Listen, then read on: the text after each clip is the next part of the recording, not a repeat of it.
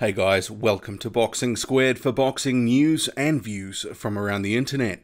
When you're in need for some headlines ahead of an upcoming fight, Deontay Wilder, the bronze bomber Deontay Wilder, he sure knows how to generate them. So this time he has said he would knock out a prime Mike Tyson. Yes, he's really said that. So this came in response to a question from TMZ about how he would have done against a young Mike Tyson. He said, "Look, I just gotta keep it real, and I always keep it real.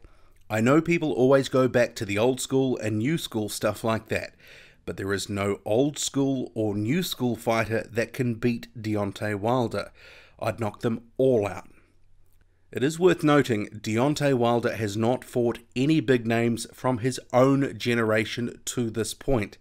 So to make such a grandiose claim that he could knock out a prime Mike Tyson, certainly interesting indeed.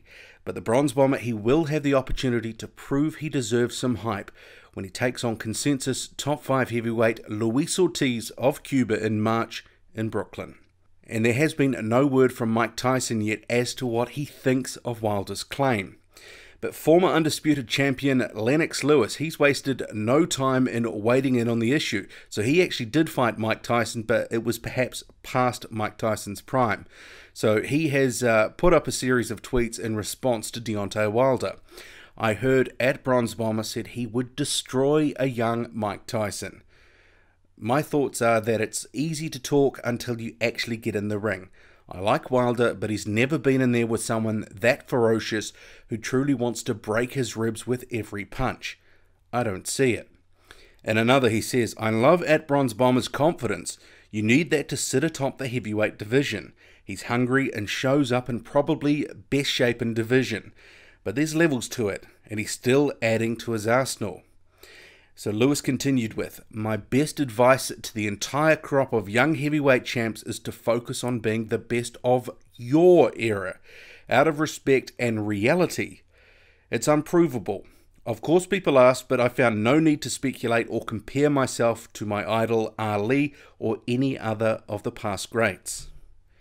And Lewis, so he finished with a fourth tweet saying, "History will decide your place among the all-time greats.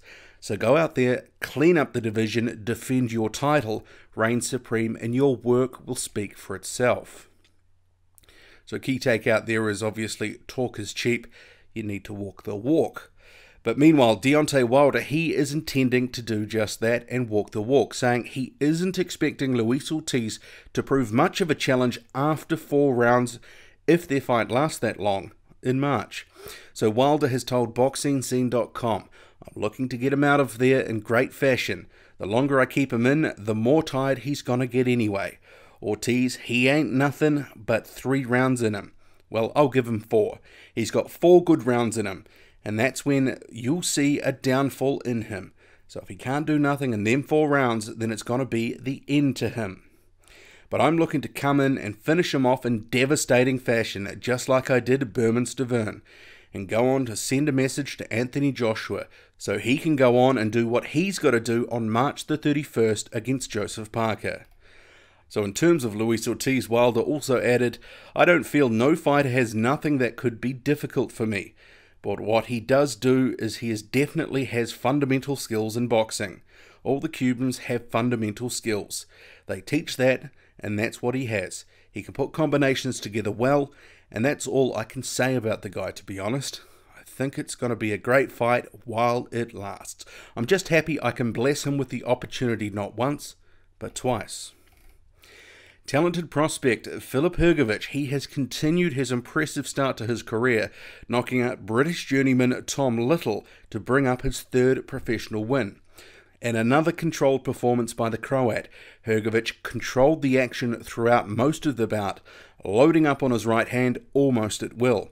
Little was under constant pressure from the outset and unable to defuse much of anything coming his way, although he was yelling in defiance at Hrgović in the 3rd round, and he did back him up once with a couple of shots in the 4th. But later in the 4th, Hrgović landed a straight right, which hurt Little badly. It rocked him, and after a few more shots, it was all waved off by the ref. Scottish heavyweight Gary Cornish has scored a first-round KO over David Howe in Glasgow to breathe some life back into his heavyweight career. It was the Scottish fighter's first fight back after losing to Sam Sexton for the British title in 2017. I've been getting a number of questions in recent weeks about who is now training Izu Ogono, who is scheduled to be back in the ring after a year out on May 25th. So Ogono, who was 17-1, is no longer with his former trainer Kevin Barry, which was confirmed recently. And the Polish fighter, he has posted on social media saying he is now being trained for his upcoming bout by Andrzej Jędrzejczyk. Andy Ruiz Jr. is another heavyweight on the comeback trail, not having fought since losing to Joseph Parker in December 2016. The American, who is 29-1, he was due to be back in the ring next month, but he will now make his ring return in March against 20-4 Devin Vargas. David Haye, he is making good progress as he recovers from an arm injury, taking part in his first technical boxing session. As we know, the Haymaker, he will face fellow Brit Tony Bellew in their rematch in May. And I'll round out the video with some footage from former unified champion Tyson Fury, who's in training and targeting an April date for his ring return, and that's after more than 2 years away from the sport.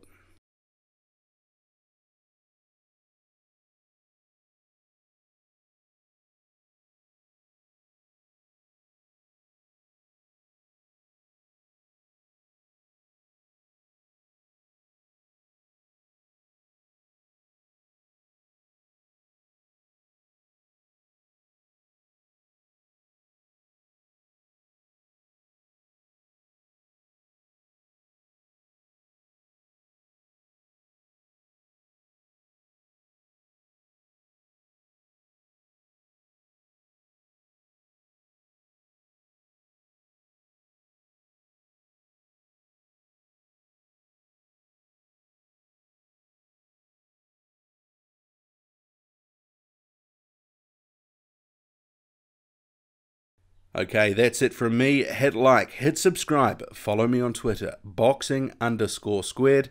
That's boxing_squared. I'm out.